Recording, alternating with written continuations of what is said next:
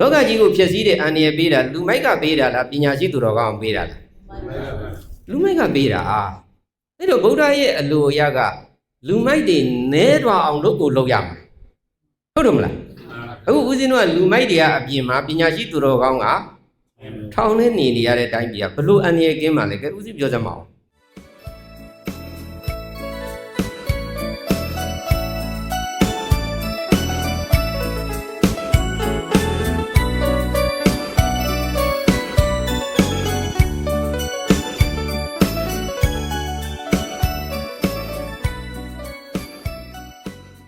ဦးဇင်းတို့ဒီနေ့ပေါ့နော်ဦးဇင်းတို့အိမ်တက်တက်မင်္ဂလာပေါ့ဦးဇင်းတို့မြန်မာနိုင်ငံမှာပဲဖြစ်ဖြစ်ပေါ့နော်ဦးဇင်းတို့အားလုံးဒီနေရာရောက်အိမ်တက်တက်ပေါ့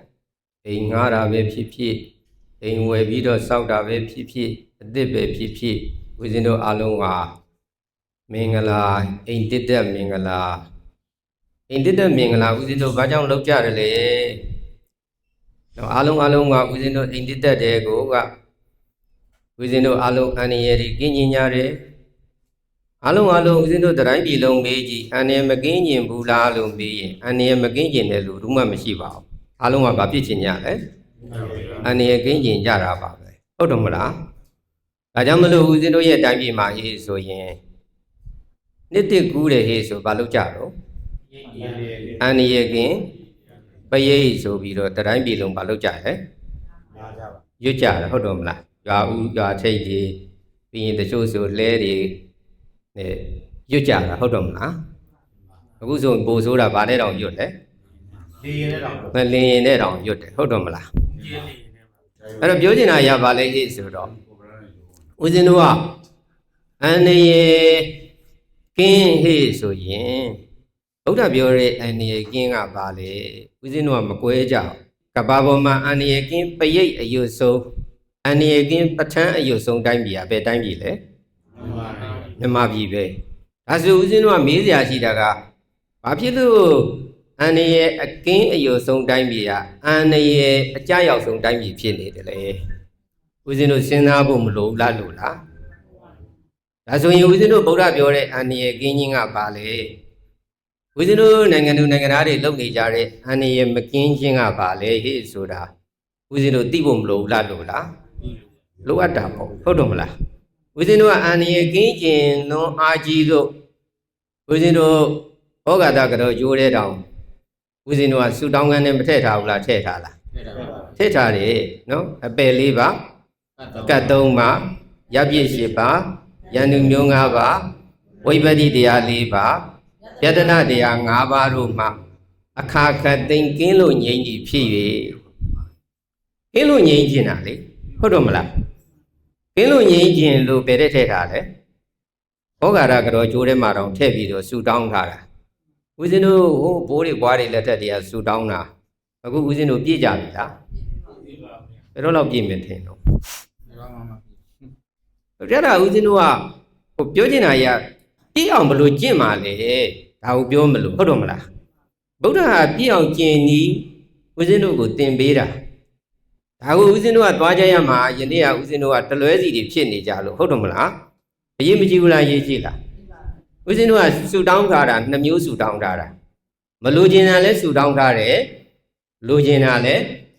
ဆူတောင်းထားတယ်ဟုတ်တော့မလားအခုမလိုချင်တာကိုဆူတောင်းလိုက်တဲ့အပေ၄ပါးကတ်၃ပါးရပ်ပြည့်၈ပါးလဲဦးဇင်းတို့တိုင်းပြည်တစ်ခုမှမလိုဘူးအကုန်လုံးကြတယ်လိုချင်လို့ဦးဇင်းတို့ကဆက်ဆူတောင်းတယ်ဗာဆူတောင်းတယ်မတရားဖို့တရားနိဗ္ဗာန်ချမ်းသာတရားတော်မြတ်ကိုရပါလို့ဤရှင်ဘုရားလို့ဆူတောင်းတာအဲ့ဒီဟာလည်းမေးကြည့်လိုက်တော့ဦးဇင်းကတရားတွေတော့တနိုင်ငံလုံးရောက်လျာအနှံ့ဟောတိုင်းမှာမေးကြည့်တယ်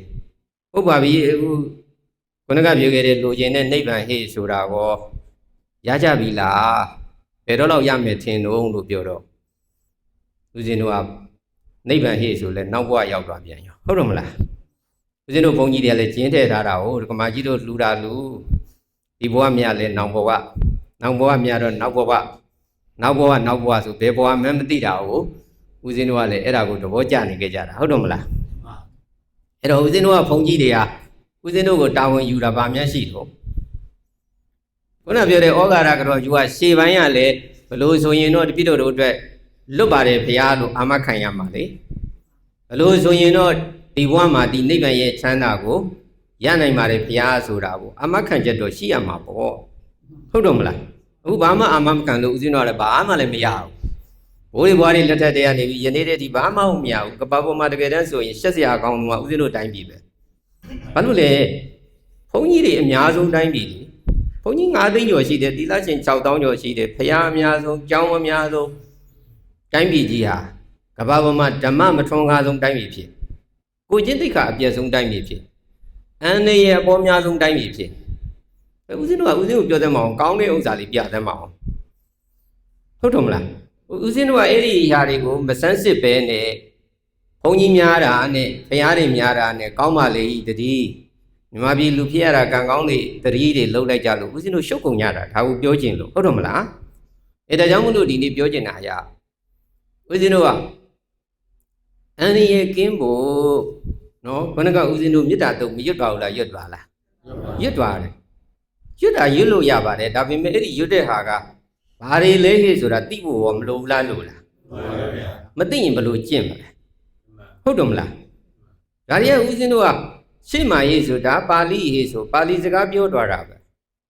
ဒါပေမဲ့ဒီတွေကပါဠိစကားရေးဆိုတာ translate လုပ်ရမှာလေထိုင်းလို့ပြောသွားတယ်ရေးဆိုရင်ထိုင်းစကားမတတ်တဲ့လူတွေကြီးပဲရေးဆိုဦးဇင်းတို့ကဘယ်လိုပြောမလဲဘာနားလဲဘာမှနားမလဲဘူးလေဟုတ်တော့မလားအခုဦးဇင်းတို့ကလည်းဆရာတော်တွေကပါဠိစကားတွေပြောသွားတယ်ကိုလည်းနားမလဲပဲနဲ့ဘာလို့ကြတော့နားမလဲပဲနဲ့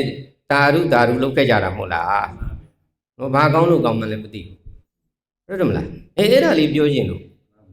နော်အဲ့တော့ဦးဇင်းတို့ကအခုမင်္ဂလာတရားရေးဆိုရင်လည်းဦးဇင်းတို့ကပရိတ်ဆိုပြီးခေါင်းစည်းပြောင်းလိုက်တာပဲနော်ဒီလိုအိမ်တစ်တက်ရေးဆိုရင်မင်္ဂလာတုတ်ရွတ်ကြတာပေါ့တကယ်တမ်းကျတော့ဦးဇင်းကတော့မြင်တာမင်္ဂလာတုတ်လေးဆိုရင်လေရွတ်တာတဲ့ကျင့်တာပိုကောင်းပါလေဟုတ်တယ်မလားဘာလို့ကြရမှာလဲကျင့်ရမှာလေဦးဇင်းတို့တိုင်းပြည်ကမကျင့်မင်းနဲ့ရွတ်နေကြလို့အန္တရာယ်မကင်းတာပဲဟုတ်တယ်မလားဘာလို့မင်္ဂလာတရား38ပါးတွေကပထမဦးဆုံးမင်္ဂလာကြည့်လိုက်အောင်အဒေဝနာသဗ္ဗလာနံပန္တိတာနိသဒေဝနာပူဇာစပူဇနေယနံဧတံမင်္ဂလာမုဒ္ဓမံနော်လူမိုင်းနဲ့မပေါင်းနဲ့ဟုတ်တယ်မလားလူမိုင်းနဲ့မပေါင်းနဲ့မိုက်တဲ့အကျင့်ကိုမပေါင်းနဲ့နော်ဗုဒ္ဓပြောတဲ့မိုက်ချင်းရေးဆိုတာကိုအကျိုးလည်းဖြစ်စည်းတယ်နော်သူများအကျိုးလည်းဖြစ်စည်းတယ်ကိုနိုင်ငံကြီးရဲ့အကျိုးလည်းဖြစ်စည်းတယ်အဲ့ဒီလိုဖြစ်စည်းတယ်ရေးဆိုရင်ဒါပါလေလူမိုက်ပဲဟုတ်တယ်မလားအဲ့တော့ဦးဇင်းတို့ရဲ့တိုင်းပြည်မှာကိုယ်အကျိုးဖြစ်စည်းသူများအကျိုးဖြစ်စည်းနိုင်ငံအကျိုးဖြစ်စည်းတဲ့လူတွေများနေတယ်ရေးဆိုအဲ့တိုင်းပြည်ဘာဖြစ်မှာဖြစ်မှာပဲအန္တရာယ်မကင်းဘူးတွေပြောချင်တာလောကကြီးကိုဖြစ်စည်းတဲ့အန္တရာယ်ပေးတာလူမိုက်ကပေးတာလားပညာရှိသူတော်ကောင်းပေးတာလားလူမိုက်ကပေးတာအဲ့တော့ဗုဒ္ဓရဲ့အလိုအရကလူမိုက်တွေနဲသွားအောင်လုပ်ကိုလုပ်ရမှာဟုတ်တယ်မလားအခုဦးဇင်းတို့ကလူမိုက်တွေကအပြင်မှာပညာရှိသူတော်ကောင်းကထောင်နဲ့နေရတဲ့တိုင်းပြည်ကဘလို့အန္တရာယ်ကင်းမှလဲကဲဦးဇင်းပြောစမ်းမအောင်မကင်းဘူးလေ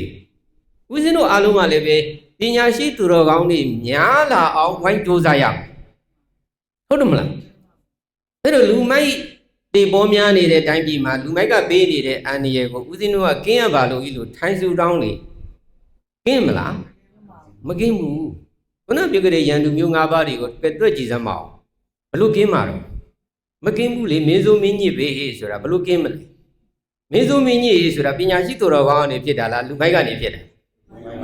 လူမိုက်ကနေဖြစ်တာဟုတ်တယ်မလားဦးဇင်းတို့ကပြောကြတဲ့စူတောင်းကန်းလည်းပြန်ကြည့်အဲ့ဒါတွေဘယ်သူကဖန်တီးနေလူမိုက်တွေကဖန်တီးတာဟုတ်တယ်မလားအဲ့ဒါကိုဦးဇင်းတို့ကလူမိုက်နေပါရေးပညာရှိသူတော်ကောင်းထွန်းကားရေးဆိုတာစူးစမ်းပြီးတော့လူတိုင်းတယောက်ချင်းစီတိုင်းကကျင့်ရမှာဟုတ်တယ်မလားအဲ့ဒါကိုဦးဇင်းတို့ကရွတ်ဆိုခြင်းမှာပဲကျင့်နှံ့လိုက်ကြတဲ့အတွက်ကြောင့်ဦးဇင်းတို့အန္တရာယ်မကင်းတာဟုတ်တယ်မလားဘုန်းတော်ဦးဇင်းတို့မေတ္တာတုတ်ထဲလေးကြည့်လေအလုံးချင်းစီတိုင်းကဦးဇင်းတို့ကျင့်ရမှာတွေကြီးပဲနော်ဘာလို့လဲတက်ကောဥစုစတုဥစုစတဝဇောစတ္တမုဒ္ဒုနာတိမာနိဆိုတော့ဦးဇင်းတို့အခါမှထက်ပြောတဲ့ရှေ့မှာတက္ကဆိုတဲ့ပုတ်နော်ပြထားတယ်ကိုကတက္ကဆိုတာဘာပြောတာလဲဟဲ့ဆို ဦးဇင်းတို့နောက်ကဆက်ပြောထားတဲ့ဥစုတို့တူဥစုတို့တူဝဆတို့မုဒုတို့နာတိမာနိတို့အားလုံးကိုကျင့်နိုင်စွမ်းရှိတော်သူဖြစ်ရမယ်ကျင့်ရမယ်လို့ပြောထားတာရှေ့အတက်ကယူရမယ်လို့ပြောထားတာမဟုတ်ဘူးနော်ဘာလို့ပြောထားတာလဲကျင့်ရမယ်လို့ပြောထားတာအဲ့တော့ဦးဇင်းတို့ကကျင့်ရမယ်ဆိုတဲ့ခေါင်းစည်းကနေဘယ်ပြောင်းသွားလို့လဲယူရမယ်ဆိုတဲ့ခေါင်းစည်းပြောင်းသွားလို့မြန်မာပြည်မှာမေတ္တာတုံရတဲ့လူတော့အများကြီးပဲဟုတ်တယ်မလားဒါပေမဲ့သူ့ကိုကျင့်မှာဟေ့ဆိုတော့မကျင့်ဘူးလေဗုဒ္ဓအိမ်မပြောလားဥစုနော်ဖြောင့်မတ်အောင်ကျင့်သုံးနိုင်တဲ့လူဖြစ်ရမယ်လို့ပြောတာလေဟုတ်တယ်မလားကာယကံဖြောင့်မတ်မှုဝစီကံဖြောင့်မတ်မှုမနောကံဖြောင့်မတ်မှုကဲဦးဇင်းအခုပြောမယ်ကဲဦးဇင်းတို့တိုင်းပြည်မှာအခု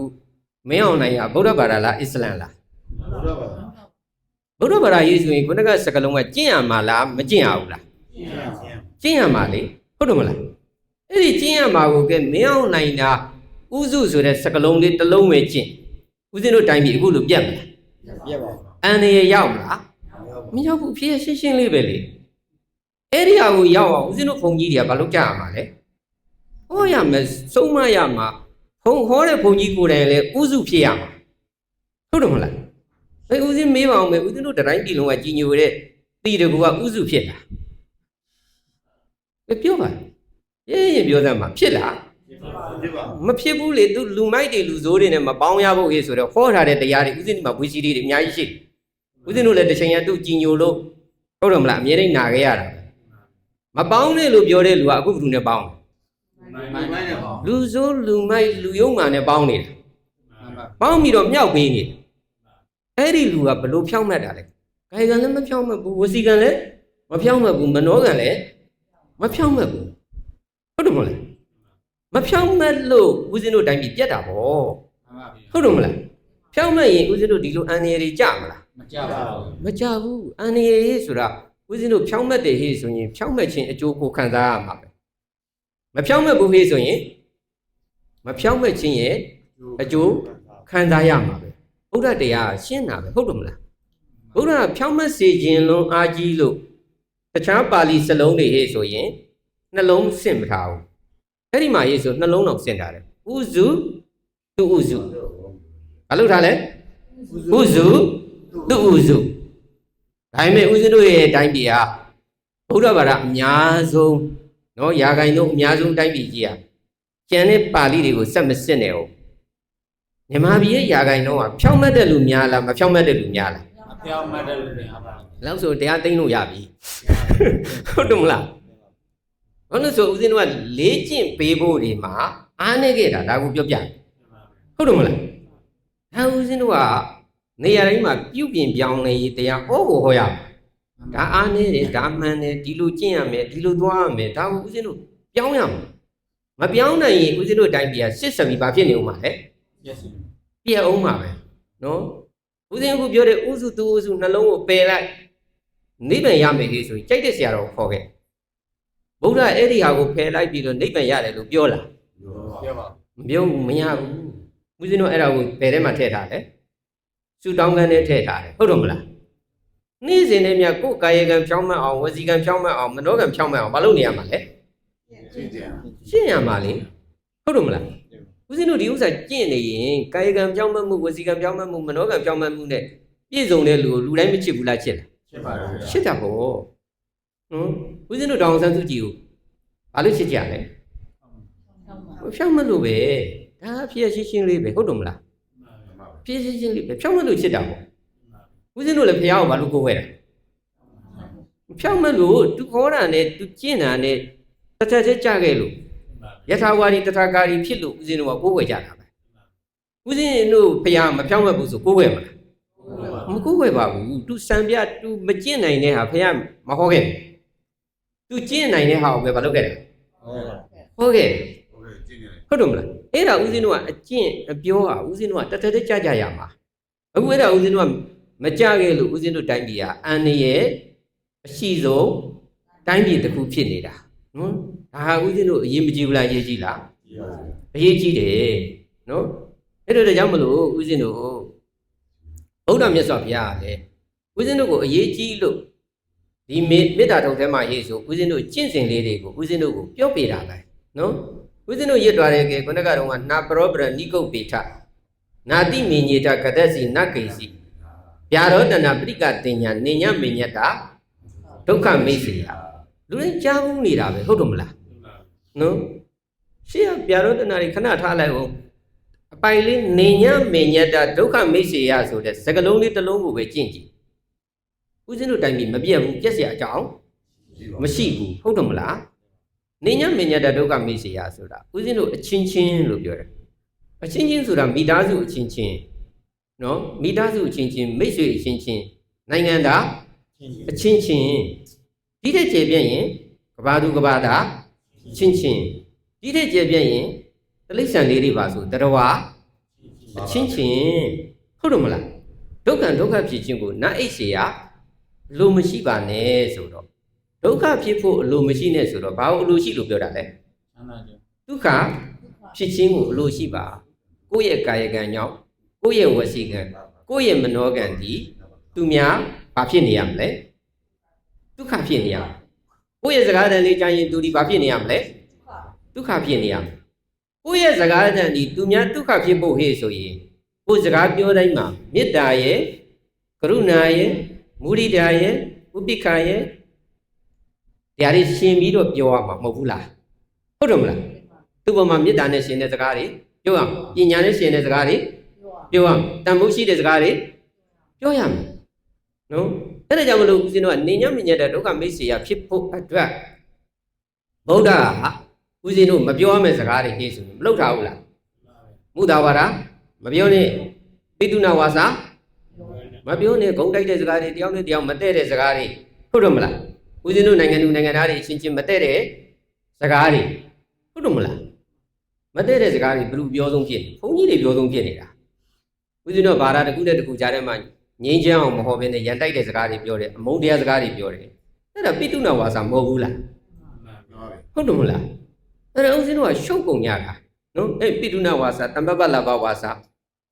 ဗုဒ္ဓစနစ်တကျစကားပြောနည်းတွေမသိဘူးလားတဲ့ဒါပေမဲ့ဦးဇင်းတို့ဗုဒ္ဓတင်တဲ့စနစ်တကျစကားပြောနည်းဦးဇင်းတို့တိုင်းပြည်တက်ကြဘူးလားမတက်ဘူးဘာလို့မတက်လဲဆိုဦးဇင်းတို့ကမတင်ဘူးလေတရားပွဲကြရင်လေဦးဇင်းတို့ဘာလို့ကြတချင်းလေးဆိုလိုက်ဂါရာလေးဆိုလိုက်ဟုတ်တော့မလားရေစရာလေးပြောလိုက်ငိုစရာလေးပြောလိုက်နေဦးဇင်းတို့ကအဲ့ဒါနဲ့ပဲဦးဇင်းတို့ပြီးသွားတာဘာပြုပြင်ရမလဲဘာတွေမှားနေတယ်လဲဦးဇင်းတို့စမ်းစစ်ကြမှာမဟုတ်ဘူးလားနော်အဲ့ဒါကြောင့်မလို့ဦးဇင်းတို့ခုနကပြောခဲ့တယ်နော်မင်းအောင်နိုင်လို့လေဗုဒ္ဓဘာသာပဲတကယ်တမ်းရေးဆိုရင်ကဗုဒ္ဓစကားကိုနှလုံးသားထဲမှာရှိတယ်ဆိုဗုဒ္ဓကငါတို့နိုင်ငံသားတွေရဲ့ဆင်းရဲဒုက္ခဖြစ်ခြင်းကိုအလိုမရှိနဲ့အဲ့တော့ငါတို့ပြည်သူတွေမပေးတဲ့အာဏာကိုငါမတရားသိမ်းလိုက်ရင်ငါတို့ပြည်သူတွေမျက်ရည်ကျကုန်မယ်ဆင်းရဲတွေဖြစ်ကုန်မယ်ဗုဒ္ဓကဒီလမ်းစဉ်ကိုမလုံနဲ့လို့ပြောတယ်ဟဲ့ဆိုရင်အဲ့ဒီအဆုံးအမလေးနှလုံးသားထဲရှိရင်ဦးဇင်းတို့ဖြစ်မလား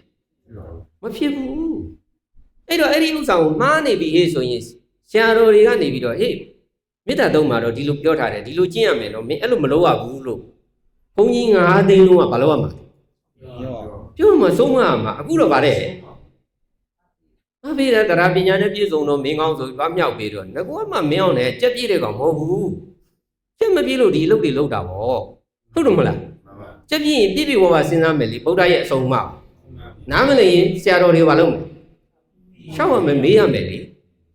အဲ့တော့ဗုဒ္ဓရဲ့အဆုံးအမအတိုင်းမလိုက်နာဘူးဟဲ့ဆိုတော့သူ့ရင်နဲ့ဘာကွဲနေလဲ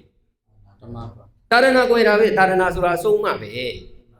အဆုံးအမကွဲနေတဲ့လူကသူကသူဖျားကြီးကဘာပေါ်မှာအကြီးဆုံးတဲမာရဝိဇ္ဇယတဲတာရဏဖြက်ကတာရဏဖြက်ပဲဟုတ်တယ်မလားအဲ့ဒါဦးဇင်းတို့ကအရေးကြီးတယ်အဲ့ဒီဘေးတွေဦးဇင်းတို့တင့်နေကြတာအဲ့ဒါကြောင့်မလို့ဦးဇင်းတို့ဩဃာတာတဲ့ထည့်ဆူတောင်းလို့မရဘူးတစ်လုံးကျင့်ရင်ဘာဖြစ်မလဲတစ်လုံးအကျိုးရှိမယ်ဟုတ်တယ်မလားအဲ့တော့ဦးဇင်းတို့ဘာဖြစ်လဲဆိုတော့ဦးဇင်းတို့နိုင်တစ်လုံးကျင့်ရမှာပဲ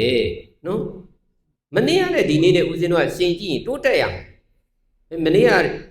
ကာယကံမနေ့ကဝစီကံမနေ့ကမနောကံနဲ့ရှင်ရင်ဒီနေ့ငါရဲ့ကာယကံငါရဲ့ဝစီကံမနောကံလေးကပိုဖြောင်းမဲ့ရမယ်နော်ဒီလိုမျိုးကိုဘာလို့ရမှာလဲထိတ်ဆန်ရမှာနော်မနေ့ပိုင်းနဲ့အခုအချိန်နဲ့ငါဒီချိန်ပို့ပြီးဖြောင်းမဲ့ရမယ် ငါရဲ့ဝစီကံကိုငါဖြောင့်မတ်အောင်ကျင့်မယ်ငါရဲ့ကာယကံကိုငါဖြောင့်မတ်အောင်ကျင့်မယ်ငါရဲ့မနောကံကိုငါဖြောင့်မတ်အောင်ကျင့်မယ်ဖြောင့်မတ်အောင်ကျင့်နေတဲ့လူကသူများဘယ်လိုလုပ်ဒုက္ခပေးမှာလဲသူများဒုက္ခမပေးဘူးသူများကိုဆင်းရဲအောင်မလုပ်တဲ့လူကသူများကိုဆင်းရဲအောင်လုပ်လို့ဖြစ်လာမယ်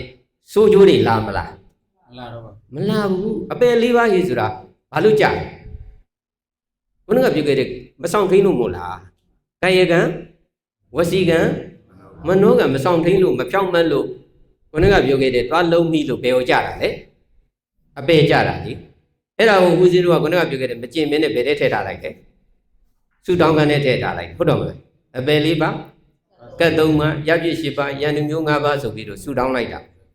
ကမပြေဘူးလေဟုတ်တော့မလားဦးဇင်းတို့အခုပြောတဲ့ဟာကိုကျင့်ကြမယ်ဟေ့ဆိုရင်ဘာဖြစ်လာမလဲပြေးလာမယ်အန္တရာယ်တွေကင်းလာမယ်နော်ဘုရားရဲ့တရားတစ်ခုချင်းစီတိုင်းမှာစနစ်မကြဘူးလားကြားတယ်38ပါးလုံးကတစ်ခုစီတိုင်းကြည့်လိုက်တစ်ခုစီတိုင်းကအန္တရာယ်ကင်းဖို့ကြည့်ပဲအခုမေတ္တာတုံးလည်းပဲတစ်လုံးချင်းစီတိုင်းကြည့်လိုက်ဘာဖြစ်ဖို့လဲအန္တရာယ်ကင်းဖို့ပဲဦးဇင်းတို့အများကြီးသိကြမလို့တစ်လုံးသိရင်တစ်လုံးဘာလို့ရမှာလဲကျင့်တာပဲတစ်လုံးသိတစ်လုံးကျင့်နော်အဲ့တစ်လုံးလေးသိရင်နောက်ထပ်တစ်လုံးတိုးကျင့်ကိုယ့်အတွက်အကျိုးရှိမှာကြီးပဲဖြစ်လာမှာဟုတ်တော့မလားဒါကြောင့်မလို့ဦးဇင်းတို့အရေးမကြီးဘူးလားအရေးကြီးလားအရေးကြီးတယ်နော်အဲ့တော့ဦးဇင်းတို့အန္တရာယ်ကင်းဖို့ဟေ့ဆိုရင်ဗုဒ္ဓကဦးဇင်းတို့ဘာလို့ခိုင်းတာလဲဟေ့ဆိုတော့ကျင့်ခိုင်းတာပါဘာလို့ခိုင်းတာလဲကျင့်ခိုင်းတာပါကျင့်ခိုင်းတာဦးဇင်းတို့အခုဩဃာတကြောကျိုးတွေကနောက်ဆုံးဆုတောင်းတဲ့နော်မတ္တရားဖို့တရားနိဗ္ဗာန်ချမ်းသာတရားတော်မြတ်ကိုရပါလို့အရှင်ဘုရားနော်အဲ့ဒါလေးပြောပြီးရင်တော့ဦးဇင်းတို့တရားသိမ့်မယ်ဆုံးလဲဖုံးမရအောင်ပါဟုတ်တော့မလားတနားကိုဝိုင်းတယ်7 နာရီနော်အခုဒါနိဗ္ဗာန်ဆုတောင်းကံလေးပြောပြီးရင်ဦးဇင်းတို့တရားသိမ့်မယ်ဟုတ်တော့မလားဘာလို့ဆိုဦးဇင်းတို့ကဗုဒ္ဓနဲ့တွေ့ရတဲ့အဓိကရည်ရွယ်ချက်ကပါလေနိဗ္ဗာန်ချမ်းသာတရားတော်မြတ်ကိုရပါလို့ဤရှင်ဘုရားနော်အဲ့ဒါလည်းဦးဇင်းတို့ကတိတိကျကျလောက်ကြပါဦးဇင်းတို့ဘာလို့လဲရေးဆိုတော့နိဗ္ဗာန်ရေးဆိုလဲပေါ့ပြက်ပြက်ပဲဘယ်ကိုပို့ထားကြတာလဲနောက်ဘဝကိုပို့ထားတာဦးဇင်းတို့ကအားလုံးကဆူတောင်းတာလည်းပဲကျင့်တတ်တယ်ကိုယ်နဲ့ဆိုင်တယ်လို့ကိုမချင်တော့နော်ဦးဇင်းတို့ကနိဗ္ဗာန်လည်းပဲဗုဒ္ဓနဲ့တွေ့တဲ့အတွက်ကြောင့်ဗုဒ္ဓစီကဦးဇင်းတို့ကသင်ကြားရမှာပေါ့ဟုတ်တယ်မလားဘုရားသင်ကြားပေးတဲ့ဟာရရင်ဦးဇင်းတို့ရတာပဲသင်္ချာပညာဦးဇင်းတို့သင်ရင်မတတ်ဘူးလားတက်တာပေါ့မသင်ရင်တော့မရဘူးပေါ့ဟုတ်တယ်မလားဦးဇင်းတို့ကလည်းဗုဒ္ဓနဲ့တွေ့ပြီးတော့မှနိဗ္ဗာန်ရာနီးကိုဦးဇင်းတို့မတတ်ဘူးဟဲ့ဆိုရင်ကဲဗုဒ္ဓနဲ့တွေ့တယ်လို့ဘာကိုပြောမလို့ဘာမှပြောလို့မရဘူးလေဟုတ်တယ်မလားအဲ့တော့ဗုဒ္ဓကလည်းဦးဇင်းတို့နိဗ္ဗာန်ရဖို့ဟဲ့ဆိုရင်ဦးဇင်းတို့ပြောထားတဲ့အတိုင်းနေနဲ့မှာဟုတ်မှမဟုတ်တာဦးဇင်းတို့အကုန်လုံးနော်လွဲချော်ပြီးတော့ဦးဇင်းတို့ကရှုပ်ကုန်ကြတာပဲနော်ဘုရားဘာပြောလဲဦးဇင်းတို့အားလုံးနိဗ္ဗာန်ရဖို့ဟေ့ဆိုရင်ဗုဒ္ဓကသစ္စာ၄ပါးကိုစနစ်တကျမဟောဘူးလားဟောလားဟောပါတယ်ဗျာဟောတယ်သစ္စာ၄ပါးကိုနားလည်ဖို့ပဲမနေ့ကလည်းဒီနေ့ပုံနားလည်ရတယ်ဟေ့ဆိုရင်ဒီနေ့ဦးဇင်းတို့ပို့ပြီးတော့ငြိမ်းချမ်းလာမယ်ပို့ပြီးတော့အေးချမ်းလာမယ်နော်ပို့ပြီးတော့နေလို့ထိုင်လို့ကောင်းလာမှာပေါ့နိဗ္ဗာန်ဟေ့ဆိုတာအင်းငြိမ်းချမ်းမယ်လေဟုတ်တယ်မလားအဲ့ဒါဆိုဦးဇင်းတို့လူမျိုးတွေကအမြဲတမ်းအေးပြီးတော့နေလာတယ်ဆိုဘယ်လိုလုပ်ပြဿနာဖြစ်မှာလဲဟုတ်တယ်မလားဒါကိုဦးဇင်းတို့ကစနစ်တကျသွားဖို့မလိုလားလို့လားလိုအပ်တယ်ပေါ့နော်အဲ့တော့ဦးဇင်းတို့ကပြန်စဉ်းစားကြည့်လေတကယ်တမ်းရေးဆိုဦးဇင်းတို့ရဲ့စိတ်တွေကနော်ပြန်ပြီးတော့ကြည့်တကယ်တမ်းကျတော့ဦးဇင်းတို့ကအရှိတရားတွေမဟုတ်ပါဘူးအဖြစ်တရားတွေပဲဒါပေမဲ့ဦးဇင်းတို့ကနားမလည်ကြတော့ဘာလုပ်တာလဲဟေ့ဆိုတော့ဟာငါရင်ထဲမှာလောဘတွေရှိနေတယ်ဒေါသတွေရှိနေတယ်မောဟတွေရှိနေတယ်ဘာကြီးရှိနေတယ်ညာကြီးရှိနေတယ်ကြီးပဲတွေးကြတဲ့ခါကျတော့ဦးဇင်းတို့ကရှုပ်ကုန်ကြတာနော်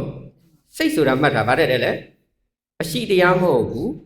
အဖြစ်တရားပထမဦးဆုံးမှတ်တာဗါတဲ့လေအရှိတရားမဟုတ်ဘူးဗါတဲ့လေအဖြစ်တရားနော်ဘာလို့ဆိုဦးဇင်းတို့စောင်းကိုတီးလိုက်တယ်ဟေ့ဆိုစောင်းထဲမှာအတန်ငကိုတွေကရှိတာလားရှိပါဗျာကားပြီးတော့ဘာလို့လိုက်တာလဲခက်လိုက်တဲ့အခါမှာအတန်ထွက်လာဟုတ်တော့မလားဦးဇင်းတို့